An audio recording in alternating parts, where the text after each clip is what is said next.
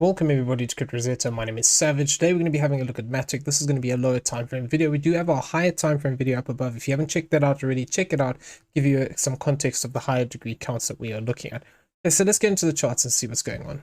Okay, before we jump into the lower degree counting here, we're going to go over some of these higher time frame ideas here. So within this count, what we were looking for is the potential of a bullish break off of this low of this 3160. As long as this level holds, I'm going to still be looking for the potential here that we could see this move either develop as a bigger A, B, and a C pattern, in which case we could be looking to target out this 203, or alternatively, what we could be looking for is a bigger trending move where we're looking for this 1618 level here at this 488 for more confidence that we are actually in a trending move. Now, it is always possible that within the structure we could get something like this as 1-2, another 1-2, and then we would look for that third wave to play out, in which case we could potentially see a higher target for this wave 3, but this 1618 is going to be the primary way that I'm looking at it until we actually get more structure actually developing.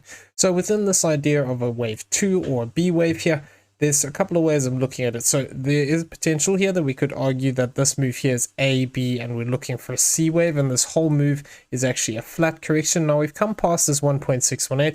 Another target I'd be looking for would be potentially towards this 2618 level, which would be at this 3659, and that would then imply that, you know, this move still needs to extend out quite a bit. We have, however, hit this 1618 level, so I'm just being mindful that we could potentially look for this move to complete by having one more low here, and we could actually then look for the potential of a move to the upside. Within this idea of a flat correction, what we'd then be saying is that this move to the downside is a 5-wave move, and then we would be looking at that structure in this way here, where what we are saying is that this move is potentially 1, 2, 1, 2, 3, 4, and 5, looking at this as a 4th wave, and then looking for this 5th wave down. Now, we've actually hit this 1-to-1 target of the wave 1. We've also hit this 0.382 of the wave 3, and we do have lower targets here of this 0.618 of the wave 1 to 3, which is sitting here in our target box. Now, it is possible that this could look to actually fall short of this, particularly if we are looking at the idea of the diagonal, but we also need to be aware that, you know, if we do see a 5-wave move to the downside like this, we need to be very careful on the retracement. If we just get 3 waves up and we fail to break back above this $1.18, we could actually be setting up for a deeper drop here towards this 25.07, but this wouldn't really fit into our bullish count here. This would be more of the bearish count. Now, if we are looking at this idea here that we could be looking for this 5th wave down, there's a couple of ways that I'm looking at the internals here. If we are looking for an extension, potentially what we could have here is that this move here is 1-2, we have another 1-2 here, and we have a series of 1s and 2s lower down here. So this is going to be important for our bullish count, is that if we start to see this playing out, this is actually making it more likely we're looking at the bearish count. If, however, we do see a break back above this 5698, it would invalidate this idea of the extension, but until we do, we're right in this common rejection area here of this 55.23 to this 52.97. If we do see this price action develop as 1-2-1-2 here, then we could be looking for that potential of actually seeing a more violent drop towards this 43.34. And if we do see a move down here, we'd be looking for this 4th wave and a 5th wave, potentially down to this 42 to this 40 cent region.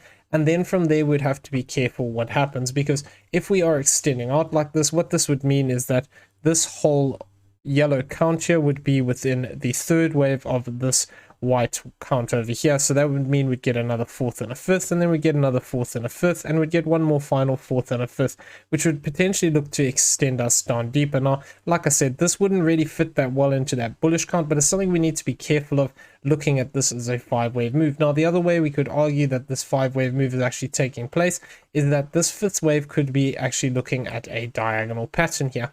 Now, we're going to come down a little bit lower here, and what I'd be looking out for here effectively would be that this is 1, 2, this is our 3rd wave here, we have this as our 4th, and this end could actually be looking to play out as a diagonal in this 5th wave, where this becomes 1, 2. If we get another A, B, and a C pattern to the downside, which looks to complete somewhere between this 0.618 and this 1-to-1, but not crossing this 1-to-1 level, what I would then be looking for here is the potential that we would then see another 3-wave move to the upside, and then another 3-wave move to the downside here, looking for this 5th wave. Now, invalidation of this would become this wave 2 if we do look to start this ABC to the downside, we're not allowed to cross this high again. So that would be our line in the sand for this idea here. And what I'd then be looking for is the potential that this could look to just drag us down a little bit deeper here, looking for this lower target area of this 0.618 and this 44.95 area. So going to be keeping an eye on this. If we do see this fifth wave continue to decline here in just three-wave structure, this could align with the idea of a diagonal in the fifth here. Now it is also possible that we could argue that this whole move is a diagonal. Now within the idea of this being a diagonal from further back here, what we'd then be saying is that this is A, B, and C as our wave 1. We have this as A, B, and C for our wave 2. And effectively what we're saying here is that we've completed our third wave. Now, if we are looking at this as our third wave, what we cannot do now is cross this wave too high, which is sitting at the 63 cents. If we do see price looking to push up here, we cannot also cross this 59.15 because this wave 4 should be shorter than this wave 2 that we've got up here. So effectively what I would want to see is that this move would look for a rejection to the downside, and then we would be just looking for a three-wave move, which would potentially look to complete somewhere between this 46.77 and this 42.39, but not crossing this one-to-one level. Now we can see that the 0.618 would once again bring us quite nicely into this trend line, so going to be keeping an eye on that. If we do see price looking to push down in this way, could align quite nicely with this idea of the diagonal. So the thing is, if we do get this three-wave move down here, we need to be careful because we still have that potential within the other account that we could have another three-wave move still to complete this. However, if we do complete into this low, then we'd be looking to actually see how we react. If we start to get bigger five-wave structure to the upside, we could potentially look for a bigger move here where we could look for a reversal within that bullish count, where we do look to push back up and potentially come back up into this range of this $1.57. If, however, we fail to actually push back up that high, we need to be careful of the bearish case here, where we could see a three-wave move up and then that continuation down. So that is the way that I'm looking at this move currently to the downside here. If we're looking for that bullish count here, it is potentially possible. However, we could argue that if this move is a W wave here, we could still get something like a corrective move here, and then we could look for that push down from that point. So I'm still also open to the interpretation that, we could get something like this as a bigger A, B, C, or a W, an X, and a Y. That if we fail to actually achieve this structure here for this five-wave move to the downside, we could potentially still look at the possibility that we could get something like a flat here, because this move down is still not got good structure as an impulse. So just looking out for that potential that because we swept this low here, we could be looking at something like this flat correction. But the key difference is, it would be very difficult to count this completed into this low here. I'd still be expecting one more push to the downside here, which would then potentially look to push us towards this 44.58 to this 41.08. And this would align more with this count being A, B, and a C, where we look to push down towards 42.55 at a one-to-one level. So if we do move down here, this red target box is the most common target area for an overshooting B wave. So I'll be looking out for that possibility that we could get an interaction again with this previous channel top that we were within, and then see something like a five-wave move to the upside. If we do see something like this, this would then align with the idea of this move being within this alternate corrective structure, which could still look to protect this low here if we're looking for this as a bigger impulsive structure. However, primarily what I want to see is whether this five-wave move plays out. But if we do start to see some price action to the upside here, we could potentially be looking for this B wave to play out.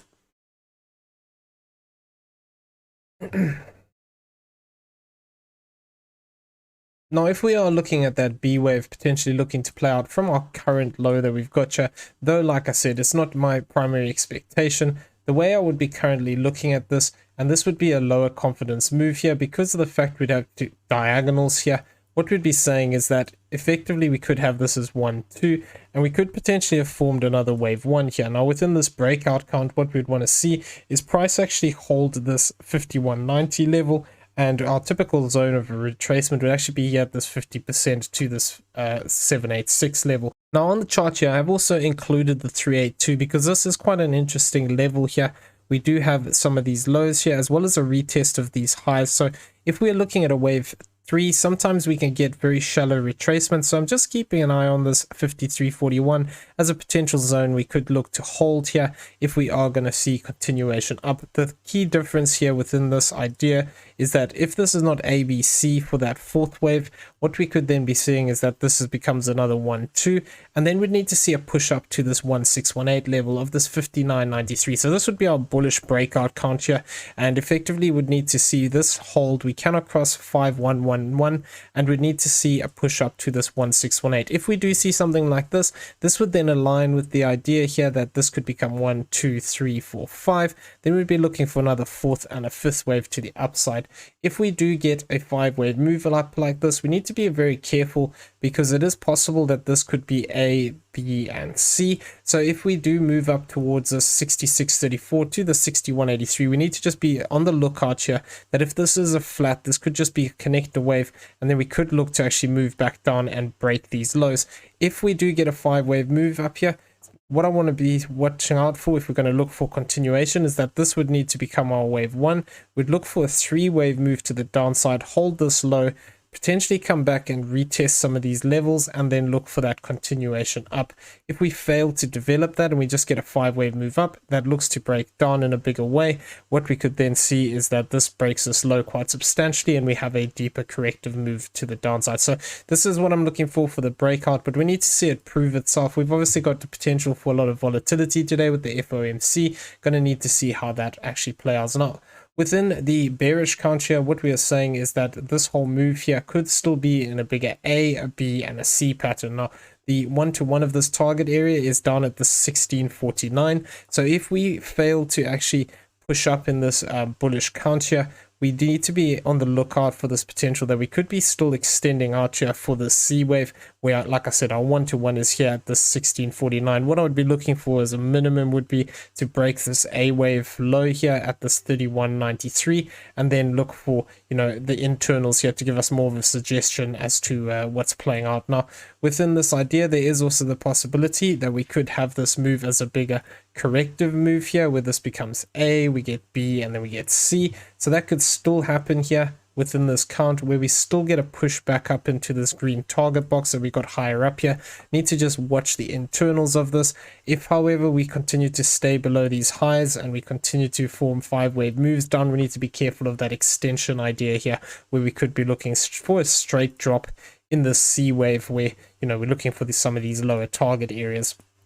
Now, we've already discussed this idea of this 1, 2, 3, 4, 5. We've given the target box area for this. The idea with this, though, is if we are going to see this move playing out in this way, it would be more likely that we need to have some extension, because, like I said, I want to see this move at least to this 0.618 to this 38.40, and preferably to actually take this A wave low. So if we're looking at this idea here, the only way this would make sense is that if internally here somewhere we are looking to extend out, and then we'd be saying that, you know, this potentially is happening in the 5th wave here, where we could be looking for that additional push down, which could look to actually sweep this low, and then we could be looking at that target area lower down there that we discussed. So that's what the primary way I'm looking at this. If we are looking at that idea of the C wave, we need to see the extension. If we fail to see that develop, the only other thing that we could potentially get here is that this move actually then becomes our A wave, we get a B wave, and then we actually see continuation down in either 3rd wave or a C wave to the downside. So that's going to be key here within this idea that, you know, we're right within this zone that we could potentially turn. I am thinking that there's possibility here that we could still need at least one more drop here for this diagonal, if we're going to look at this as a diagonal pattern. But we need to also just be respectful of that more bearish count here, where we could look to extend out. If we start passing this 43.34 level, then it's more likely that we're getting this extension. Okay, so coming in here and having a look at the daily CPR lines, we can see that we are currently still within our central lines, which are sitting between this 53.52 and this 54.18. If we do continue to hold this level, we could see price looking to react to the upside, targets being 55.26, 56.04, 57.74, and this 58.22. If we start to lose these central lines, I will be watching this S1 line here at this 53.09. If we do hold this level, potentially we could look for that possibility of a bounce back to the upside. If, however, we start to lose that level, other targets would be 51.69, 50.85 and this area here of this 49.50, which would actually bring us back into these lows, which would actually potentially imply that, you know, we're looking for that additional leg to the downside. By that point we start getting into that price range. Now moving over here into the weekly CPR lines, we can see that we actually printed lower CPR lines, but we actually came down into these and had quite a big bounce up here. We pushed back up here towards our R1 line, and we are currently underneath this. If we do look to actually see a reversal to the upside here this week, targets would be 55.88 and this 58.13 as potential upside targets. If however we see price looking to come back down here, we'll be watching these central lines at this 51.63 to this 51.39 this week. These can potentially offer us support here, even if it is temporarily, where we could see something like this play out. Alternatively, if we do look to blast through those levels, other targets would be 49.44, 47.17, and aligning with the top of this channel down here at this 45.09 for this week. So going to be keeping an eye on those levels to see how price interacts with those zones. Now moving over here and having a look at the monthly CPR lines, we can see that we are currently sitting in between these. We haven't had an interaction yet with this 48.42, which is our S1 line. If we do see price break down here, where effectively we could be looking at this as a wave 2 and we're looking for that wave 3, we could see an interaction with this zone.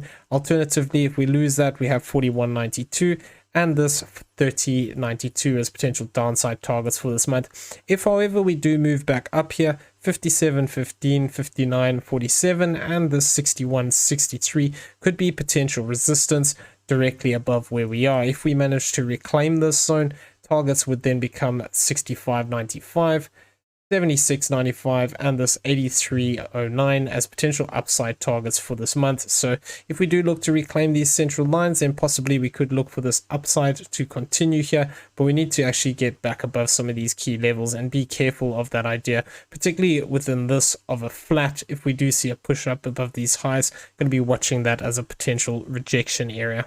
Okay, so I'm going to leave the video there. I hope you found it useful. If you did, please smash the like button, hit that subscribe button if you haven't already, turn on those bell notifications so you never miss a video. Leave us some feedback down below, and also in the description you will find a link to the Discord. Come check it out, it's free to join. Everyone have a great day. We will see you in the next one. Take care.